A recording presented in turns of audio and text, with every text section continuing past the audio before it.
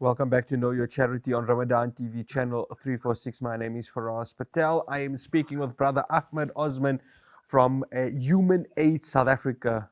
Do remember their pledge is happening tonight here on Ramadan TV from 9:30. Brother Ahmed, let's talk about the projects that Human Aid South Africa has been involved in. Of course, currently the core focus is, trying to alleviate the problems that is being exacerbated in KwaZulu-Natal. But the other projects that Human Aid South Africa is currently involved in, and how has the development of those projects been?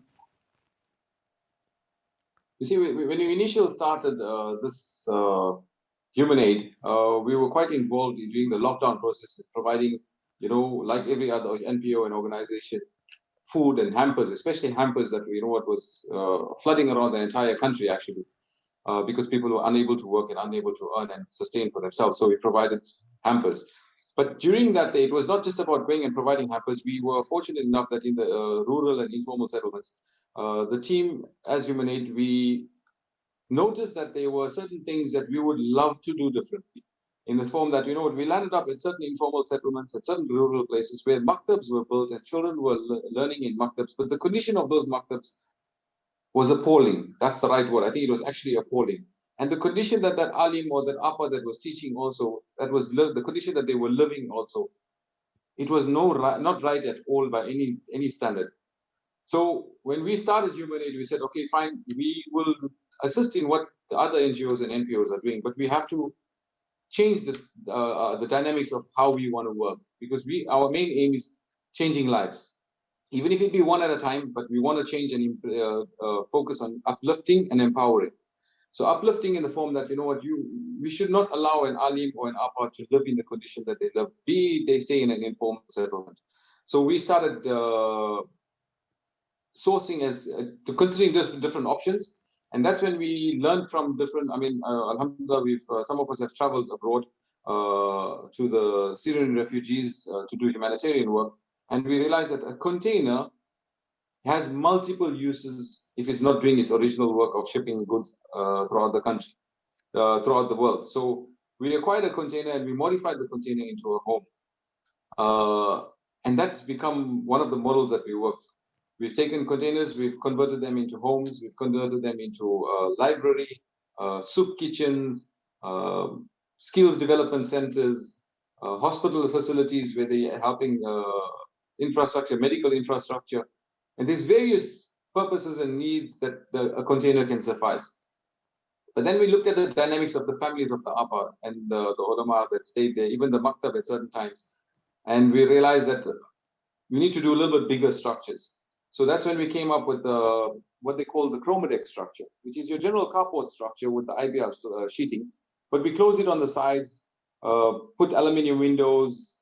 It was COVID time, so we put vinyl flooring, furnished with beds, linen, stove, kitchen units. Charity wrapped in dignity. That's our policy. I mean, that's the one thing that I should have mentioned in the beginning. So we focus more on upliftment, changing the conditions of maktabs. We've done, alhamdulillah, we've done several maktabs. Converted them from that old, they call them, the terminology they use, the John Doll structure, which is a tin corrugated iron structure. And we put up, I think you can find it on our Instagram page, where you find we put up decent structures. So these future leaders of Islam that are learning in these informal settlements and these rural areas can have some sort of pride and learn in a dignified structure. So can the Appa. I mean, the Appa and the ulama that have now also been living in a certain type of, unfortunately, in the conditions that they were. We do the same for them. We drop the structure and we build a dignified structure. So they also you can teach well if you live well. You can, it makes a big difference if you are comfortable and you are happy and you are safe at home. Then you can produce, if you are positive, you can generate positivity and, give off positivity.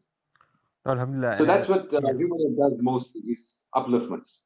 No, alhamdulillah, and I think you for the viewers at home, go ahead and go to Human Aid South Africa's Instagram page. There's so much that you can do with a container. I mean, a lot of people say a container is something where you pack goods in, but if you can take that very same container and recycle it for social use, for educational use. So much can be done with it, alhamdulillah. Brother Ahmed, tonight, the pledge, I know you'll be coming through to our studios here in Johannesburg. What can our viewers pledge towards? I know that a lot of it's also going to be towards what is happening in KwaZulu Natal, but any other projects that our viewers can pledge towards tonight?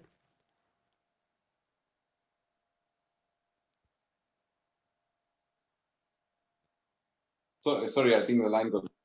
We are in a crisis at the moment, definitely. So predominantly, we're focusing on Lillah to assist humanity at large. There's needs that are here at the moment that need to be fulfilled. So we are doing that. But our ongoing projects are various. I mean, there's a Lillah component. Yes, we are doing the hampers, and are doing different activities. We're clothing those that need to be clothed, those that need to be fed, we're feeding. Those that need hampers, we're getting aid to them. But predominantly, like I said, human aid is more involved in structural upliftment and life improvement.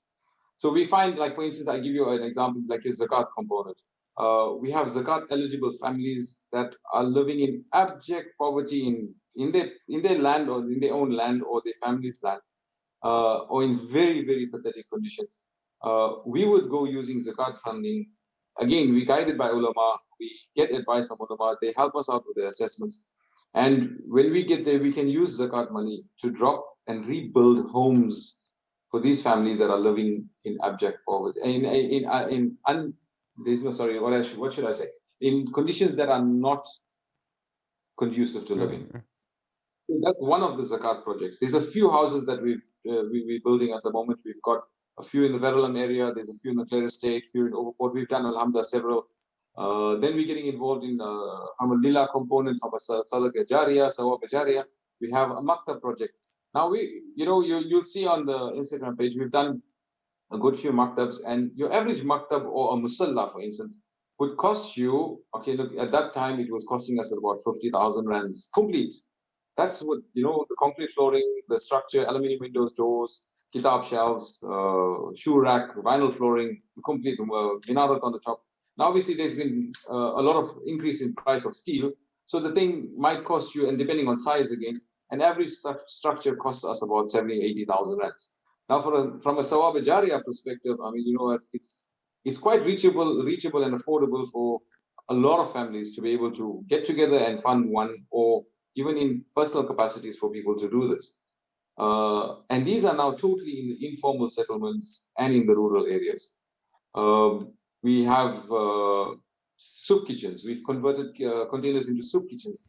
That's now strategically placed in different areas, and daily feeding from, we work from Monday to Friday, because all our workers are volunteers. Every one of us, including myself, are all volunteers. So whatever charity is given, whatever donation is received, everything is given back. Not only that, we take our monies ourselves and we put it in. So it's like not 100% policy, it's like 110% return policy on this one.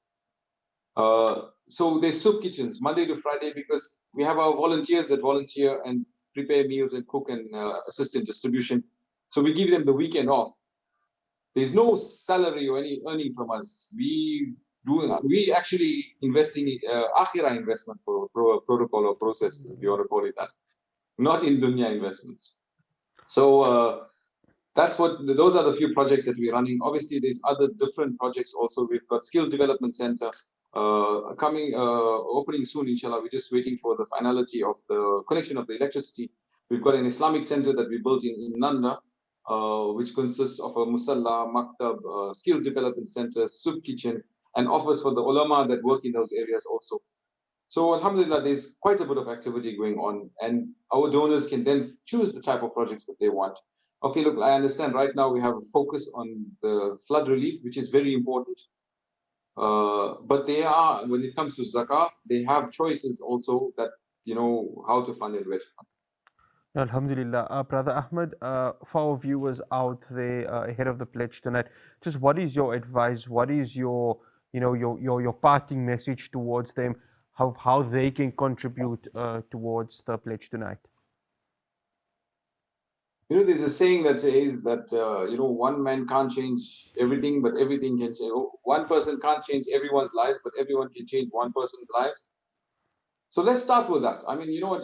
Donate tonight, and you know what? You can follow. You can see on Instagram. Our my team. That's one of the things I needed to also acknowledge is that we have, Alhamdulillah, Allah has blessed us that the team that Allah has put together for human aid from the youth, and this is one of the things I must tell you. You'll see the youth that were off this long weekend. I mean, you know, they are so passionate and dedicated to serving humanity. It was actually, we were, as the elders, were a little bit in awe and inspired by them. The team itself, they give off their time and they help people. Why I'm saying donate to our organization is we don't only want your donation. We throw out a challenge and say, come with us to give out your donation. You are welcome at any given time to come and choose any distribution. We'll give you an itinerary as to where and where we'll be, at least a day or two in advance. It's not that we'll do the work for you. You are welcome to do the work with us. That's the thing. We want our brothers and sisters not only to donate from their wealth, but we want part of their health too and their being too, to come and see the work that we're doing, come and join and taste the sweetness of giving charity and help those that need the help. Brother Ahmed Osman, we'd like to say Jazakallah to you for making the time for us. May Allah subhanahu wa ta'ala grant you the strength, grant you good health, and the ability to continue with this fantastic organization to serve humanity. Inshallah, Ameen. Ameen, Ameen. Jazakallah, Brother Faraz. No, it's an absolute pleasure. That's Brother Ahmed Osman from Human Aid South Africa. Don't forget, their pledge is happening tonight at 9:30 live here on Ramadan TV channel 346 on TSTV. Do be part of it and contribute towards our society to just make the lives of many people much better. Well, that's all we have for you here on Know Your Charity from myself, Faraz Patel, and the rest of the team. I will see you again, same time, same place tomorrow. Assalamu alaikum wa rahmatullahi wa barakatuh.